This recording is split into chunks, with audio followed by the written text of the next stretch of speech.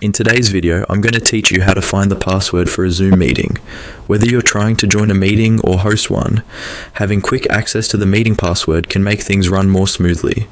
Let's walk through the process together step by step to ensure you have all the details you need. First, let's start by navigating to the Zoom website.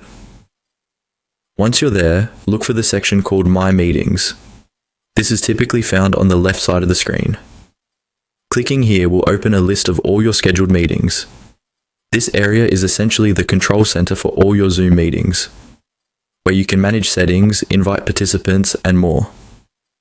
It's quite handy once you get familiar with it. Next, you'll want to find the specific meeting you need the password for.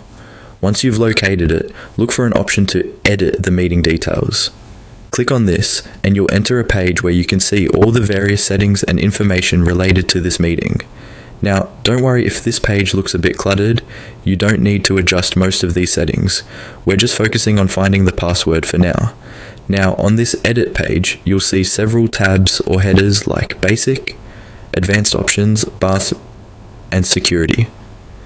Go ahead and click on the Security section. This is where Zoom houses all its security features, including the setting for the meeting password. This password, also sometimes referred to as a passcode, is what you're looking for. It helps ensure that only authorized users can join your meeting, which is crucial for maintaining privacy. In this section, you can view and, if needed, update the password. If you think the password needs to be updated for security reasons, simply type in a new passcode in the provided field. Make sure it's something secure but easy enough for your participants to remember. A mix of letters and numbers often works best. Once you've confirmed or updated the password, your final step is to save your changes.